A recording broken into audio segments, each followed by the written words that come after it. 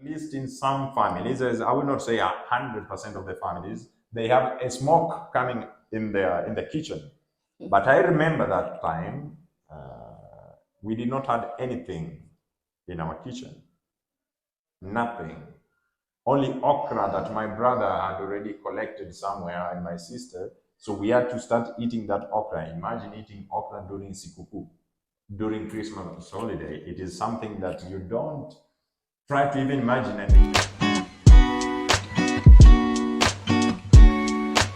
Hi everyone, my name is Angel Michelle. I'm the host of today's interview with Mr. Sam. May you please introduce yourself to the ones watching? Yes, hello everyone who are at home or who are watching me today or who are watching in any place in this planet. My name is Duncan Okech, and today I'm the guest of our interviewer, our interviewer here, Michelle Angel. Angel Michelle. Yes, yes, Michelle. So, Duncan, as your name says, Yeah. how old are you? Yeah, I'm quite old. I'm quite old. I would say, as you see, today I have beard and yeah, I'm 30, approaching 31. 30, Yeah, approaching 31. yes. That's a nice age. Yeah, nice age. But when you will reach there, you will be able to see that it's not that nice age. It's not a nice age. How? No, because it's full of life, and life is also there, and you still keep on pushing and things and planning, and life is full of ups and downs. But anyway, yeah. Ah, so, briefly, Hmm. like, where were you born? Like, the place you were born into. Hmm. As I can recall, yeah, I was born in Western Nyanza, or in a western part of Kenya, in Nyanza place, Nyanza region, and there is where I was born in a family of five. Uh, Two brothers and two sisters. Then I am the last one.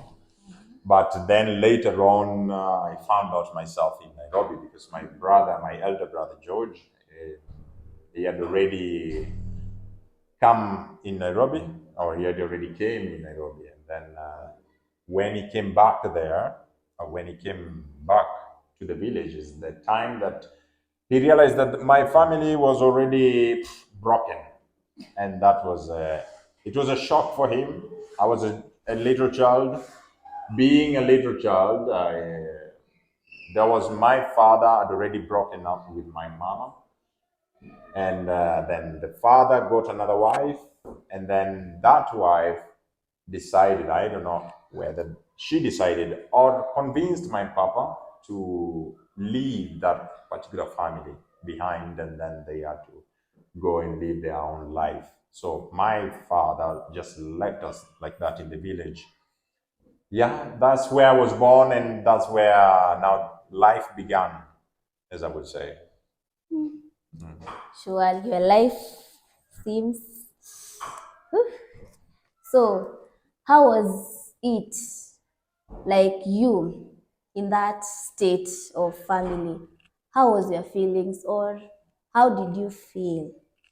Yeah, I mean, as I recall vividly, or as I recall it very well, is that I was a child, and being a child, you don't recall everything, but you can only recall specific things which really remained in your childhood. It really remained in your memory, and whatever remained in my memory, I remember that I used not to have food as normal children because my father left, my mother left, then my mother had already left, but then later on my father left, so they had to abandon these children there. Now by that time we were four because my elder brother was in Nairobi, as I said earlier, and there was no food. So my brother, or who was elder than us in that particular age group, maybe he was 10 or 11, he had to play a role of a father,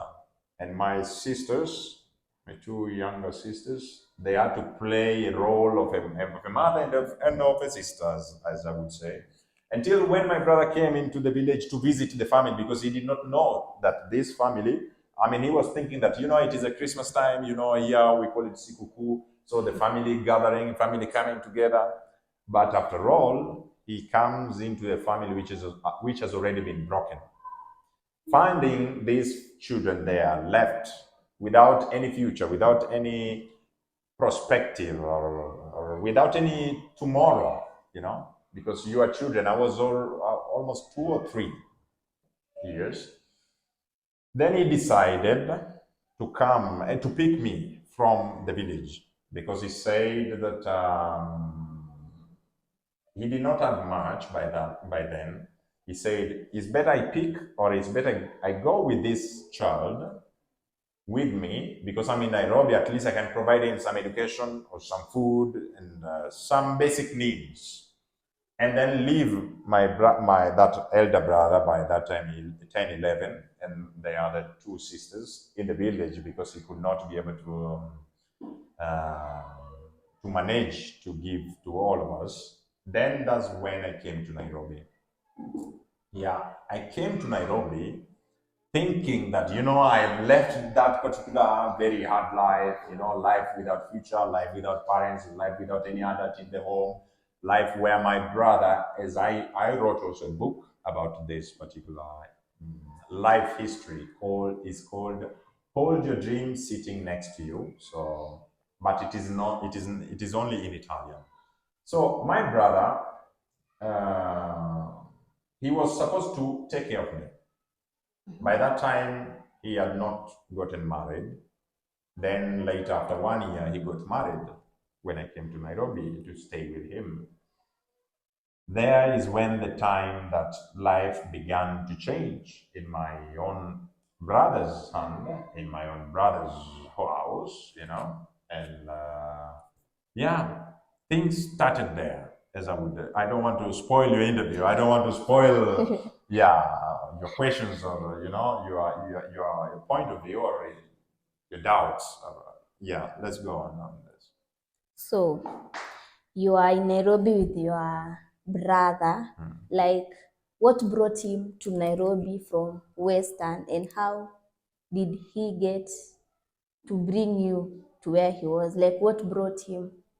Yeah, as any other person in there, or even here at home or anywhere, like everybody wants to search for a greener pasture. And as we know, we are Kenyans. We think that greener pastures are being found in the city. So for him, he had to leave the village to go to search for a job in the city.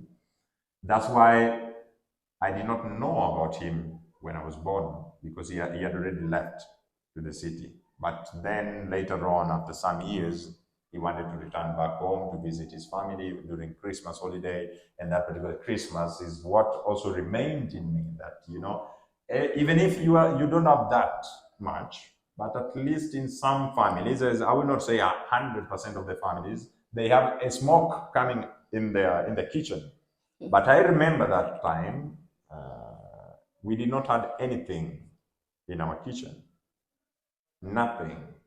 Only okra that my brother had already collected somewhere, and my sister. So we had to start eating that okra. Imagine eating okra during Sikuku, during Christmas holiday. It is something that you don't try to even imagine. And yet my brothers and sister, they did not want us to go ask to other families, because they used to say, this say remained with me, like, even if you are hungry, but that hunger will not be written here compared to the person who has already eaten that Christmas. So let's eat this okra, and then eat kuku, chapati, and mandazi.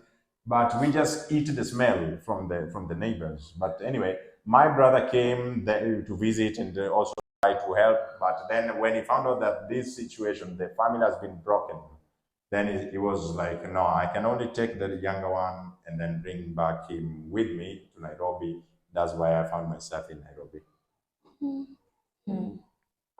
So after he brought you to Nairobi, like from the life and the situation you are in back then in the village, you are brought to Nairobi, a town. So did your life change? Like, was it like, Yeah, Nairobi is not like in the village. First of all, he was living near Kibra. So there is like you are from a very evergreen place. Like, you are from here in the garden, you have trees at least, you have, environment which is clean, you don't have all those, what you can find in Islam. But when I came to the slum, now is that time you realize that there are places which are really and really degraded. People are living in a very, very harsh life condition, livelihood. And in that, it started changing my perspective on Nairobi. Or I just felt like this smell is not a good smell for. Yeah, being in Islam is not an easy task. But that one was in his beginning of life. He had to. That was the only thing he could be able to manage. Yeah, then my life started to change, whereby when he got married, when later on my brother got married, I mean, we stayed for like 2 years together. So I had to eat in the neighbors when he was not there. Then he brought me to school and tried to live normal life, even if he had little, but he could live that particular normal life. But later on, when he got married, his wife really started mistreating me in in a way that I started being a slave in my own brother's house. I was 8. I was almost now 8 by that time. I had to clean the house. I had to clean the clothes. I had to go fetch the water. I had to cook, and I had to maintain myself as if live that particular life of an adult. And that continued. But as a child, and I know even you play here and there. You want to play. You want to live that life of a child. You don't want to live a life of an adult while you are in a child. And yeah, sometimes I could go sneak and try to play, but then Helen, now the wife, could beat me in the morning. I mean, during the day, and then during the night could tell my brother that I'm a thief. I don't listen to her. I don't do anything. My job is only eating in that particular house. But then my brother had to start to have that, bitter feeling like, no, I cannot raise a thief. I cannot raise a child who do not listen to anybody in the house. So then beatings during the night with a, how do you call it? With a wire. Yeah, my brother had to beat me until the blood had to flow from my back. That's the time he could leave me. If he could not be able to see the blood, there was no way he could believe me. He could be able to leave me there.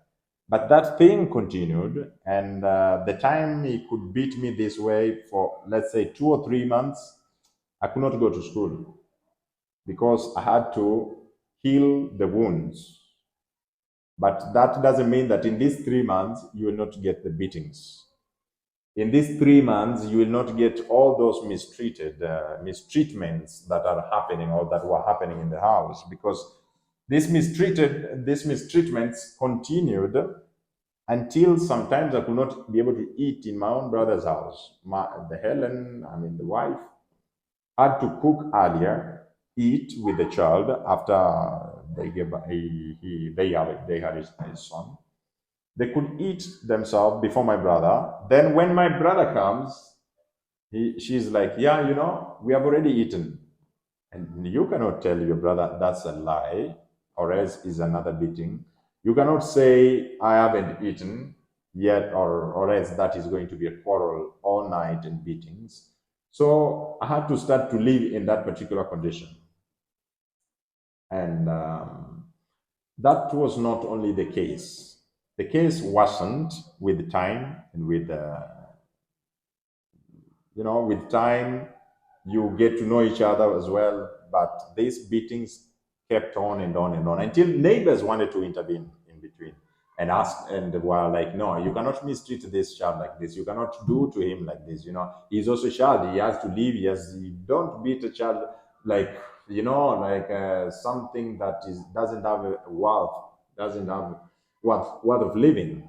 So even some neighbors proposed to them, bring him back home, I mean, into the village rather than mistreating him like this.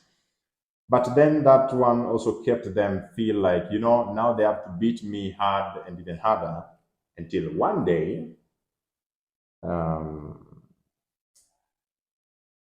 my brother sent me to the shop, go buy some eggs and bread and, these little things.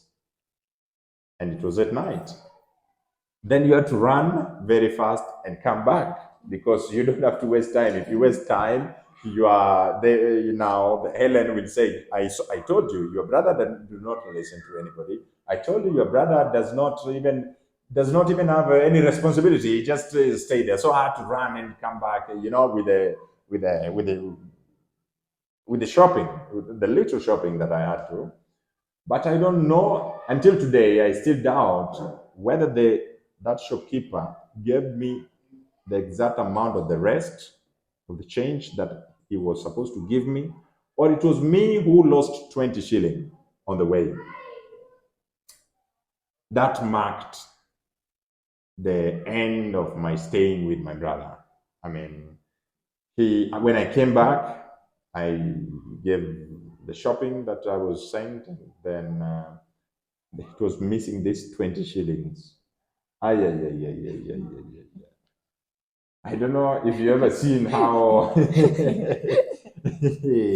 I don't know how to compare it, because you cannot compare the beating that I got in that particular day. And even Ellen was like, yeah, I told you your brother is a thief. Now you see, now now it is. I got the beatings, and after beatings, after beatings, after beatings, my whole entire back was bleeding. And then I was like, let me go. No, and then again he sent me to the shop to tell the shopkeeper to give me that 20 shilling, or I have to find that 20 shilling where I've lost it, or where I've hidden it. And it was at night. I went to the shopkeeper. I told the shopkeeper, did you give me all the things, all the rest? The shopkeeper, they said, no, I gave you everything. I gave you all the rest of the change that you're supposed to have. But then I said, instead of dying there in that particular house, it's better if I find my own ways and to live. And yeah, that's how I left the home of my brother. So after leaving the home, where did you go to? I left the home because I'd already seen some street boys somewhere, playing. When I used to stay with my brother, I used to see that, okay, there are some other street children, there are some other people. I don't know their stories, I don't know their situation, I don't know how they are, but at least nobody is beating them the way I was used to be beaten. Like, imagine somebody beats you with a wire until you bleed, until that's the time that he has to leave you. But then I decided I better go find my own ways, and if be it the street, let me find ways there, to a way to survive a bit. But that after that night, sleeping out, I could not go back. I could not go. I could not go back, because if you go back, your brother will ask you, "Where did you sleep yesterday?" So the only thing, I had to start my own way, walk and walk and walk, and then I think I found children's garden. By that time, it was not in this area. It was not here. It was in Darajani. I don't know if you know Darajani where it is. It was just a small. It was just a small school where this Moses and Mama Sylvia, they were teachers. By that time, they were teachers. You never find them teaching, but at that time they were teachers.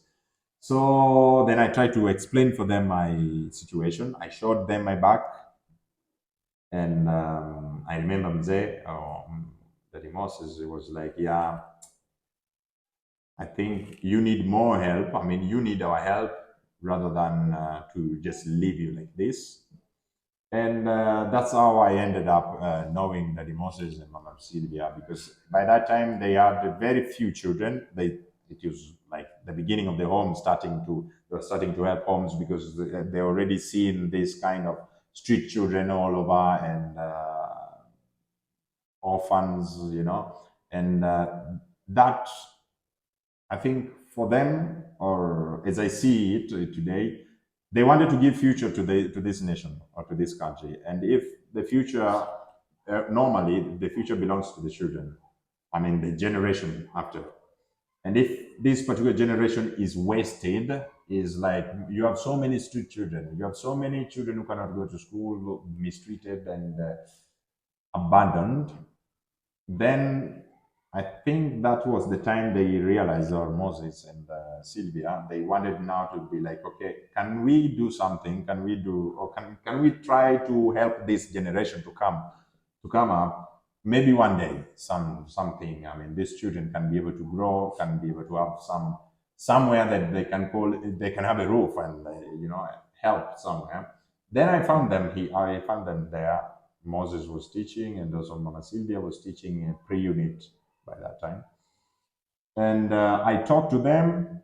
I told them, look, I'm running from home. This is my brother he was like, they could not even try to even imagine how that scene happened, because I was very, very, like, all my back was full of wounds and blood, and the already very dark blood, because it was all the night. So it was like a wound, fresh wound, but still attached with the skin and the cloth. Then they accepted me in. I told them, "Yeah, I need help. This is my situation." And I started, let's say, amongst those people who started children home or children's garden. Yeah. So, after the beatings you got, then running away from home, staying in the street, and finding children's garden, like, do you recall any of the reactions that your brother got? Or was he not even interested to know where you are, like the day you left? Was In practical, I don't think if he if he tried to look for me, because we didn't meet for a very long time.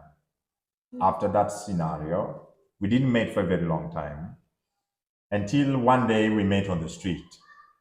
But after I've lived in children's garden for a long time, then we met on the street by walking, and we just met, and it was a bad scenario whereby we don't know how to start the conversation. But he pretended that he looked for me, but I was like, my life in your house was terrible, and you made me went all this through. I found a house somewhere, not a house, but I found a home. I found a center somewhere.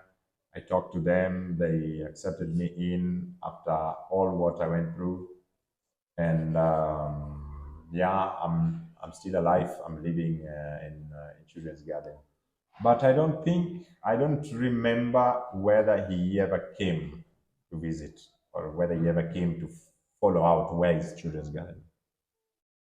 like he thought the burden was.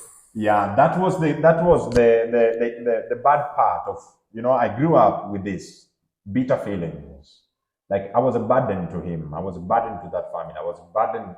I was not seen as a child, but I was seen as a burden. That's why even when I left, probably they didn't look for me. Even when we met after some years back, after some years, they were like, okay, but I told them where the home was by that time.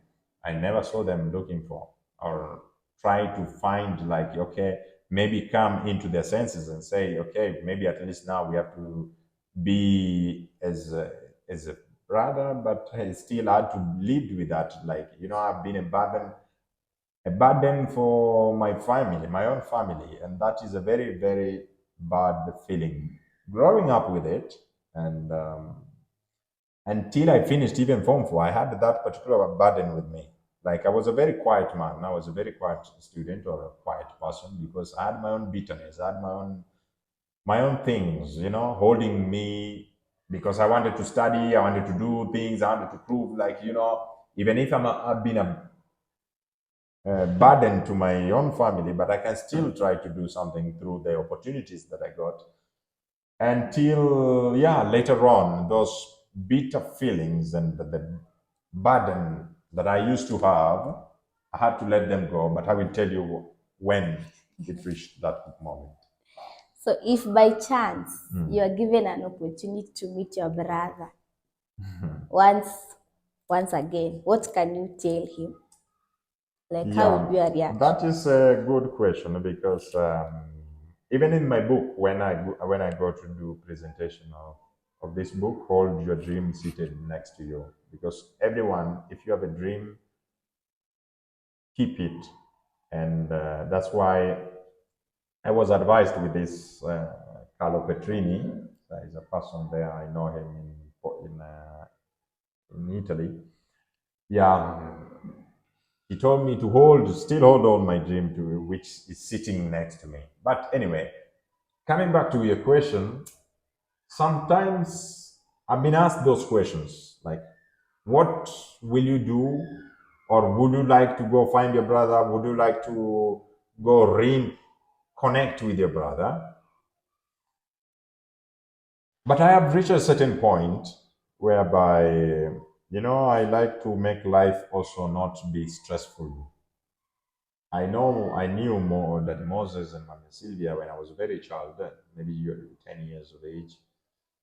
And now I'm a grown up person. My own family didn't want me, they just left me like that. So today, rather than to say my own brothers, those that I was born, the bloodline, that they are my brothers, why don't I focus of the people, with the people I grew up with, to see if we can still develop and grow something? Because this one that I grew up with, this home brought me up with, they knew me when I was sick, when I had my own problems, when I had to go to the hospitals, they were there.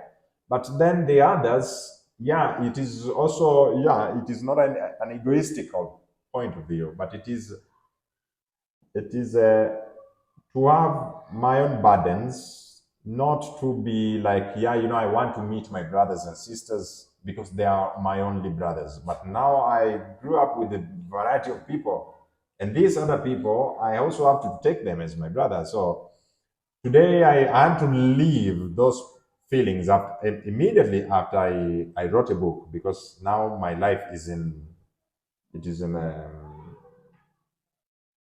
is open. And no, it has not reached yet that particular moment, on that particular time, that I feel like I want to go search for my brothers and my sisters, and I say, now let bygone be bygones, and then do to other children the same way thing that you've done for me. No, some accountabilities also have to be taken. Life has to be accountable. Whatever you do to others today, tomorrow also you might also find them somewhere. And that has to be, because if I don't do it, or if I just say, now let's close the closet, start a new chapter, and this, blah, blah, blah, I feel like it might not be a genuine conversation with them. But maybe it might reach that particular moment. It might reach that particular day. I will decide, okay, now my life is up to ABCD, and I would like to go meet them somewhere. But I don't know what will be the reaction. So back to Children's Garden. After you got to Children's Garden, how was your life there? Like, how did it make you? Yeah, I mean, Children's Garden is a place where, as I said earlier, is a place where the Moses and Mama Sylvia, they're trying to give opportunity or whatever they can. And as a child, when I was a child, and now let me talk like as a child, just a flashback.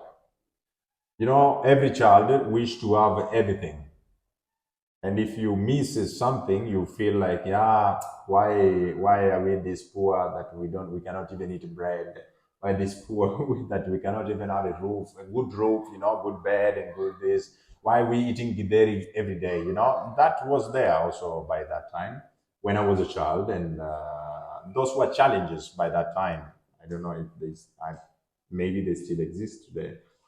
And yeah, I had to grow up like any other, like you probably. I had to study. I was not the best in studying in my first primary section. I started being good in my high school, but in my primary section, I was like any other child, any other children here. Yeah, you do everything, and you still have to study. You still have to you have to live a life as a child, not as an adult. And yeah, I had those complaints. Why are we eating gidra? Githeri every day, bana. Ah, yeah, yeah, yeah, yeah, yeah, yeah. But anyway, after I grew up, now I'm an adult. I can realize that that was their capability, and that here we have so many children, and you cannot satisfy all of our desires as those fortunate children, maybe somewhere, some part in the world, at home. But I just have to appreciate the little I got, and that particular capability of them, of the children garden. Children garden gave me a lot. It gave me experience. It gave me that exposure. It gave me whatever they could. Whatever they did not give me, they could not give me. That is what I would say, and that is what I say.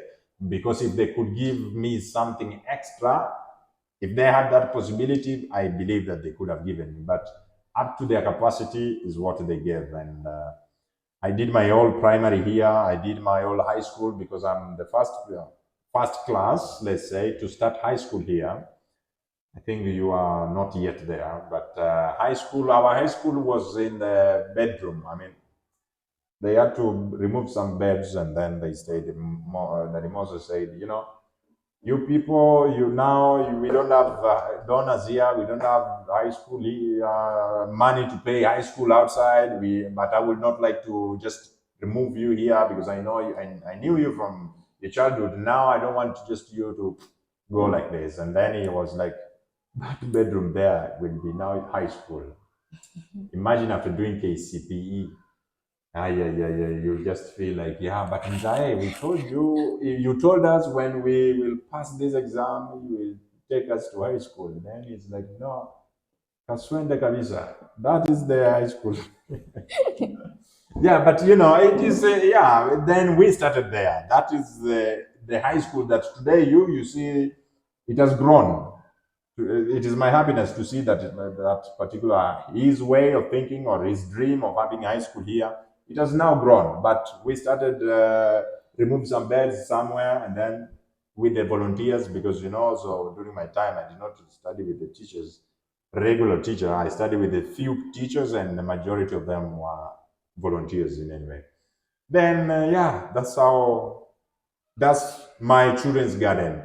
I wasn't the best student. I will not sit here and tell you I was the best one.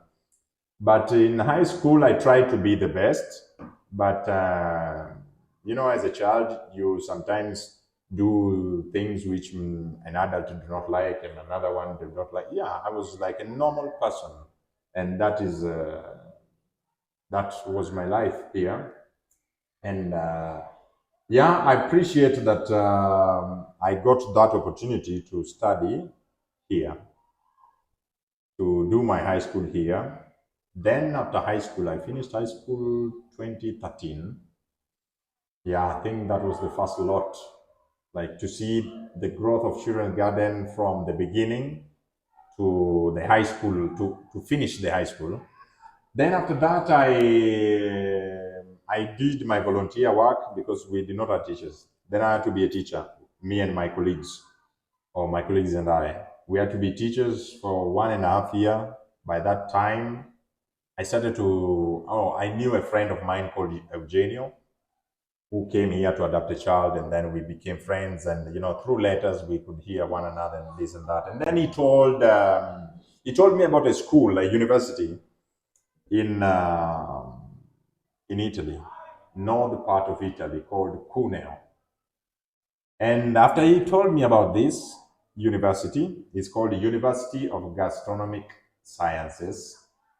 You study about philosophy of food, you study about politics of food, or what is behind the food. Here we did not have that based food, but we had whatever the home could be able to provide. Now I had to come from the home to go study about food. That is something very interesting. And good, clean, and fair. Food have to be produced good, have to be fairly produced or fairly paid. It has to be, it has to be healthy for everyone, not just bad food for the poor people and then good food for the rich people. So that philosophy is to bring up the people, the conscious of people, what is really behind food. So that is what I studied there. Then I did my application to do university there. It was very expensive, but the university gives scholarship. If you are very good, even you who is watching me there, look at this university, or look for this university. It's called University of Gastronomic Sciences. It is a university that has offered itself to give scholarship also to many parts of the world. Even I would like you, if one day you can, try your level best there. It is possible. It is. I did my application after my KCSE here. Then they accepted me there. That's when I had to leave to Italy. So one last question. After your childhood, the way you came to garden, your trip, no, your how you went to Italy to study. After all those, like, to the ones who are watching us, what would you like to tell them, or just a word of inspiration you'd like to inspire them about your life? I mean, my life is like, not growing in a children home means that you cannot make it in life. I grew up in a children home. I grew up in a way that people could have said that their future is already finished. They don't have much opportunities in life and these things. Things like that. But me studying in there, it was a very prestigious university, and it is a prestigious university. So I appreciate all those people who have supported me through that. But my word of encouragement, or my last word, I would tell the children: you study, do your part, make the home be the best part of you. Today I'm Duncan. I surpassed. I mean, I passed here, and today I'm working in the food sector. After all, maybe the future was lost somewhere, but there is still always some light. That's why you have to hold your dream seated next to you. Don't leave your dream. That book. I will translate it in English if it will be possible. For now, it is in Italian. I would also like the children here to read it one day, because when we have dream, when you have something pushing you, when you have something passion, when you have an aim in life, it doesn't matter how you want to define success, but that one is already a success, because you have something that is also pushing you and you're working towards that.